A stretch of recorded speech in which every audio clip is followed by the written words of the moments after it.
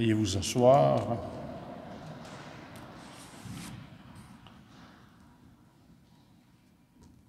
Les évangélistes ne nous disent rien de la naissance de Marie, ni où, ni quand elle est née. C'est en fait, dans les premiers siècles de l'Église, c'est par un autre écrit, l'Évangile apocryphe de Jacques, qu'on appelle aussi le protévangile de Jacques, qu'on peut trouver certaines choses sur la nativité de la Vierge, spécialement le nom de ses parents, Anne et Joachim.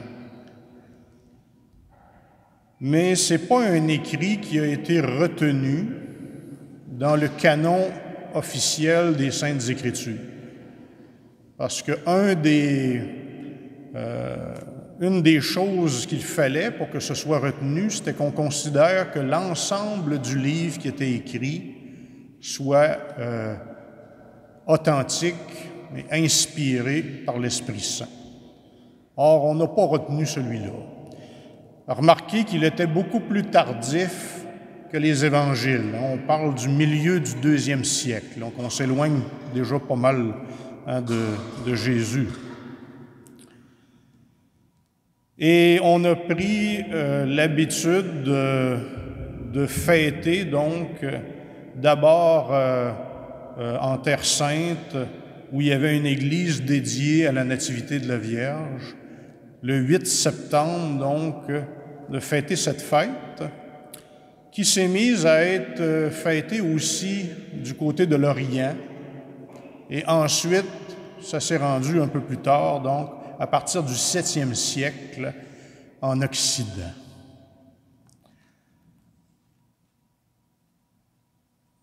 Le 8 septembre, donc, on fête la Nativité. Et je ne sais pas si vous avez remarqué, mais 9 mois avant, on fête la conception de Marie. En fait, on va la fêter bientôt, là, c'est dans 3 mois. C'est symbolique, là, 9 mois avant la naissance.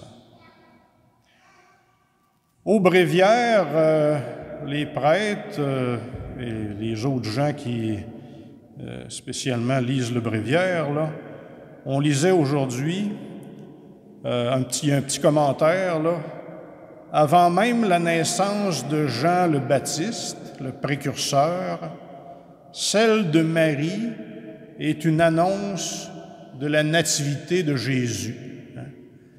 Déjà, la naissance de Marie est une annonce que le Sauveur s'en vient. C'est une annonce, évidemment, qui est plus lointaine que celle de Jean le Baptiste, mais déjà, et on le dit dans l'ancienne d'ouverture, on l'a répété d'ailleurs dans l'acclamation à l'Évangile, « Par elle, Marie, nous est venu le soleil de justice. » Donc, le Sauveur, évidemment, c'est par la Vierge Marie, selon le plan de Dieu. Évidemment, il a préparé Marie, d'abord, il a fait en sorte qu'elle naisse dans une famille exceptionnelle, Anne et Joachim, une autre sainte famille, qui a eu beaucoup, évidemment, d'influence sur elle. On le sait, Marie, elle a déjà été préservée d'une manière exceptionnelle de la tâche du péché. Ça, on va fêter ça plus le 8 décembre.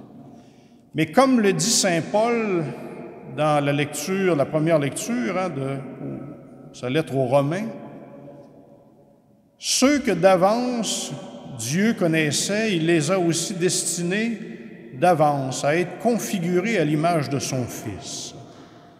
Ceux qu'il avait destinés d'avance, il les a aussi appelés, et ceux qu'il a appelés, il en a fait des justes.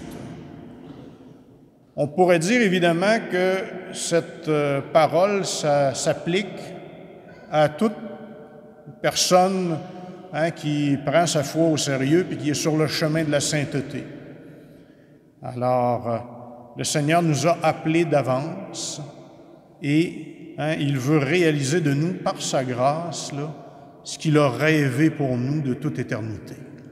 Mais c'est spécialement vrai pour la Vierge Marie, qu'il a destinée d'avance à être une part importante dans son plan, pour que nous puissions accueillir le Sauveur. Est-ce que ça enlève la liberté de Marie? Parce que là, on pourrait se demander, oui, mais là, était-elle libre, Marie? Ou bien si elle n'avait pas le choix de dire oui à ce plan-là? Oui, elle était libre. La semaine passée, on avait le choix de faire mémoire de la bienheureuse Dina Bélanger. J'ai lu à propos en fait, c'est un extrait de ses œuvres. Là. Je vais simplement vous donner la citation, ce qu'elle dit. Dina Bélanger, quand on lit un peu le résumé de sa vie, on voit que dès son enfance, là, elle a vraiment voulu être consacrée à Dieu. Et elle n'a pas l'air, je vous dirais, avoir commis grand péché dans sa vie. C'est vraiment exceptionnel. Dès son enfance, là, elle voulait éviter même le péché véniel volontaire. Et elle dit, « Dans toutes mes actions, mes paroles, mes pensées, mes désirs, je me sens passive, comme sous l'influence de l'être suprême, comme sous la poussée aussi suave que puissante de l'esprit d'amour. Ma liberté est totale.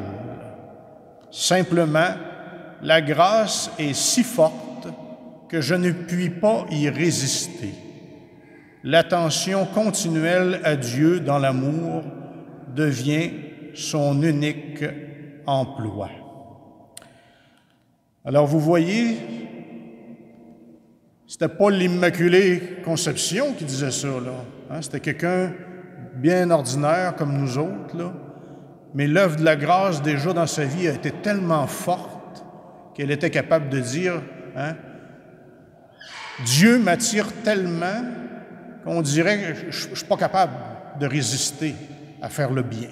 Imaginez chez la Vierge Marie, qui n'a pas été entachée du tout par le péché, qui a toujours dit oui. Imaginez la force irrésistible de l'amour de Dieu. Elle a donc voulu accomplir pleinement la volonté d'amour de son Père du ciel. Marie,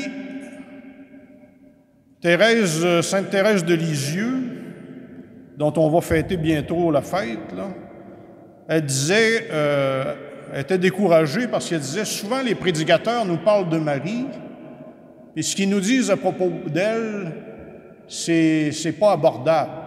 Ils nous parlent des vertus de Marie qu'on ne pourra jamais atteindre. Et elle dit, il devrait nous parler des vertus ordinaires. Mais je veux simplement vous en glisser quelques mots, parce que trop souvent, on cherche beaucoup le merveilleux dans la spiritualité. Or, ce n'est pas le meilleur moyen d'atteindre le Seigneur. On n'a qu'à regarder pour ça l'exemple de Marie. C'est sûr qu'il y a eu du merveilleux dans la vie de Marie.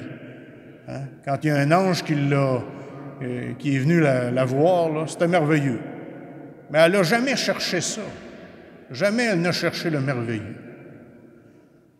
Ce qu'elle a mis d'avance comme vertu là, dans sa vie, là, c'est l'humilité, la simplicité, la foi, donc la confiance et l'obéissance.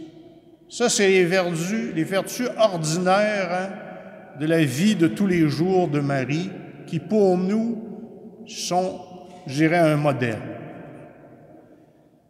La simplicité, parce que ça se passait à tous les jours dans sa vie quotidienne. Marie n'a pas fait de choses, là, en tout cas, n'a pas rien fait d'éclat.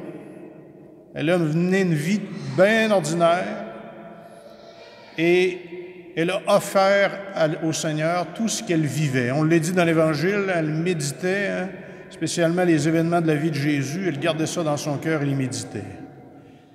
L'humilité, et c'est jamais évidemment vanté là, de quoi que ce soit. Quand une personne cherche à faire étalage de ses dons spirituels, c'est très mauvais signe. Le Seigneur nous invite à l'humilité, comme la Vierge à s'effacer. La confiance. Tout ce qu'on peut nous annoncer, on est dans une époque, là, spécialement à cause de la pandémie probablement, où vous allez entendre toutes sortes de prophètes de malheur. Là. Il y en a à toutes les époques, mais il y en a spécialement à notre époque. Ils vont nous dire toutes sortes de calamités. Remarquez qu'il va y en avoir des calamités encore. Il y en a eu tout le temps, puis il va encore y en avoir.